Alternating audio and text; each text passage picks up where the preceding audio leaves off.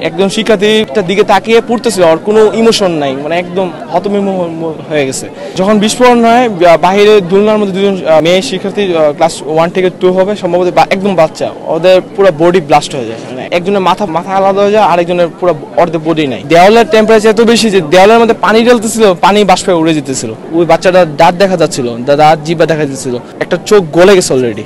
রেডগুলো পুরো একদম একটা সরিটোসে একদম একটা মন্ডের মতো পরিণত হয়ে গেছিল, মাথা গলে একদম ছাই হয়ে গেছে। আমি যখন স্কুল ক্যাম্পাসের পাশে যে ক্যান্টিন, ওই ক্যান্টিনের খাবার নিয়ে বাইরে এসে খেতেছিলাম, তখন হঠাৎ করে দেখি যে এখান থেকে বিমানটা এসে প্রচণ্ড গতিতে ক্যাম্পাসের ভিতরে ঢুকে যাওয়ার পর প্রথম বিস্ফোরণ হয়। প্রথম বিস্ফোরণের শকে আমরা সবাই ছিটকে পড়ার পর কানে, মানে একটা নর্মাল টায়ার ব্লাস্ট হলে তো কানের পর্দা স্তব্ধ হয়ে যায়। এই এত বড় বিমান বিস্ফোরণ হয়েছে, আমরা সবাই যারা বাচ্চা ছিল, টিচার সবাই 2-3 মিনিট জন্য বুঝতে পারি না কিছু হয়েছে। 2-3 মিনিট পর যখন আমরা দাঁড়াই, কিছুক্ষণ পর থেকে আবার একটা বিস্ফোরণ হয়, যে ফিউল ট্যাঙ্কের মধ্যে। ফিউল ট্যাঙ্কের বিস্ফোরণ হওয়ার পর আগুন চতুর্দিকে ছড়ায় পড়ার পর কিছুক্ষণ পর আস্তে সামান্য একটা বিস্ফোরণ, এটা সম্ভবত অক্সিজেন সিলিন্ডারের বিস্ফোরণ। ওটা হওয়ার পর আগুনটা এত ভয়ঙ্কর মানে রূপ নেয়, বলার মতো না। আগুনের টেম্পারেচারে ধারের কাছে যাওয়া যেতেছিল না, ওখানে যে কি হচ্ছিল ওইটাও দেখা যাচ্ছিল না, ধোয়া, আগুনের টেম্পারেচারে। কিছু 10 মিনিটের মাথায় ফায়ার সার্ভিস কর্মীরা এসে আগুন, যে আমাদের যে ঢোকার জন্য যে এন্ট্রি পয়েন্ট, 2জন এন্ট্রি পয়েন্ট তৈরি করার জন্য কাজ করতেছিল, আর বাকিরা পাইপ এনে আগুন এন্ট্রি পয়েন্টেরগুলো আগুনগুলো নিয়ন্ত্রণে নেওয়ার চেষ্টা করতেছিল। এই যে মাঠে ছিলাম, এই যে বিস্ফোরণের সময় মাঠেই ছিলাম, মাঠে বসে সফট ড্রিঙ্ক খেতেছিলাম, খাবার খেয়ে সফট ড্রিঙ্ক খেতেছিলাম। হ্যাঁ, ভিতরে ঢুকে যায়। প্রথম 7 মিনিট কিছু করার মতো অবস্থা ছিল না, কানের পর্দা, চোখ পুরো একদম অবশ হয়ে গেছিলাম, ব্রেন কাজ করতেছিল না। পরে ফায়ার সার্ভিস এসে যখন আগুন নিয়ন্ত্রণ নেওয়ার চেষ্টা করে, নিয়ন্ত্রণ করার পর আমাদের সংখ্যা কম ছিল, আমাদের মাইস্টুডেন্ট যে স্টুডেন্ট ছিল ওদের বডিদের মধ্যে পুরো বডি ভিজিয়ে দিয়ে আমাদের ভিতর ঢোকার জন্য প্রস্তুত করে আমরা, ওনারা আগুন নিভাচ্ছিল আর দরজার মধ্যে পানি ঢালতেছিল, আমরা দরজা ভেঙে ঢুকতেছিলাম। ঢুকে একটা বাচ্চাও কাঁদতেছিল না, সব শকের মধ্যে ছিল। মানে আমরা বাইরে ছিলাম, বাইরে থেকে শকে 7 মিনিট যাবত স্তব্ধ ছিলাম। ওরা ভিতরে বিস্ফোরণ হয়েছে, ওরা তো একদম সেন্সলেস অবস্থায়। একজন শিক্ষার্থী পড়তেছিল, ও একটা দিকে তাকিয়ে পড়তেছিল, আর কোনো ইমোশন নাই, মানে একদম হতবিহ্বল হয়ে গেছে।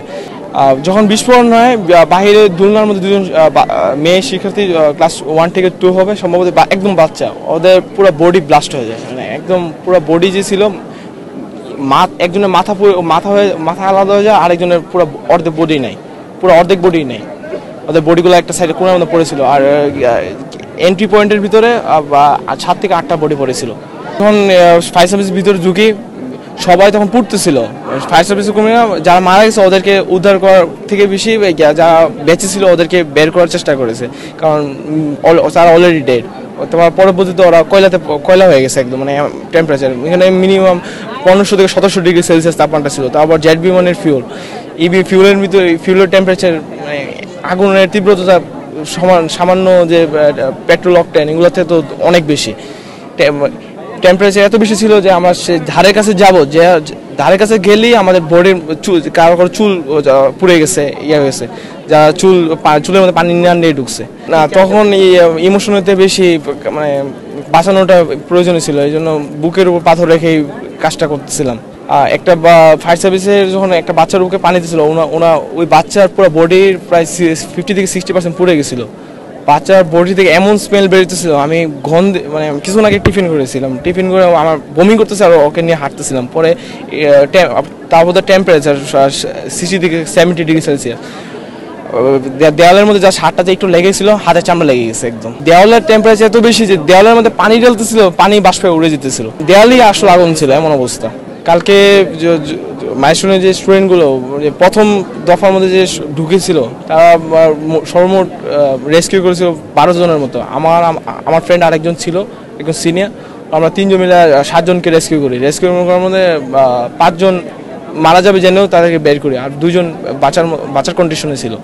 একজন বাচ্চার পুরো বডিটা পুড়ে গেছে, গাল পুড়ে গেছে, জিহ্বা, ওই বাচ্চাটার দাঁত দেখা যাচ্ছিল, দাঁত জিহ্বা দেখা যাচ্ছিল, একটা চোখ গলে গেছে অলরেডি। এখানে ডেড বডির কথা বলছেন, যে ডেড বডিগুলো দেখার মতো ছিল না, মানে ডেডগুলো পুরো একদম একটা সরিটোসে একদম একটা মন্ডের মতো পরিণত হয়ে গেছিল।